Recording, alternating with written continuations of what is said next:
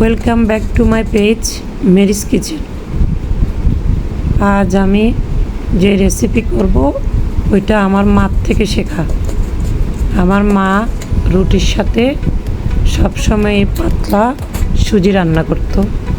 আমার মায়ের থেকে শেখা সুজিটা রান্না করতেছি।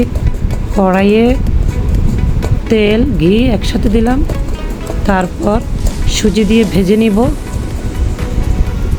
ভাজতে ভাজতে একটু সুজির কালার চেঞ্জ হলে চিনি দিয়ে দিব, তারপরে গরুর দুধ দিয়ে দিব। গরুর দুধ দেওয়ার পরে যদিও একটু বেঁধে বেঁধে যাবে, ভয় পাওয়ার কারণ নেই।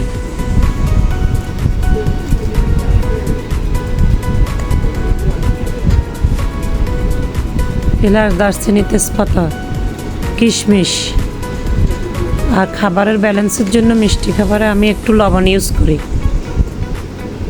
লবণ দিয়ে দিলাম। এরপর দুধে বলক আসার জন্য অপেক্ষা করব।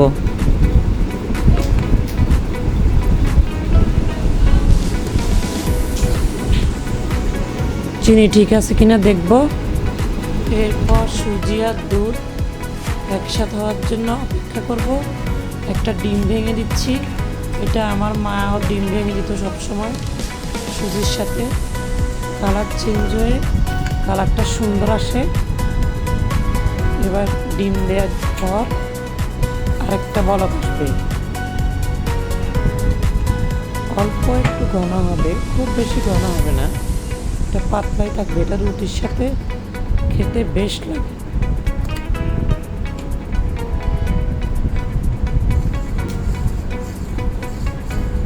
নাড়তে নাড়তে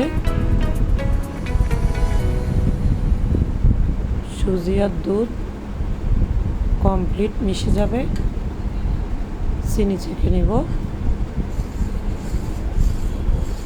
চিনি ঠিক আছে কিনা।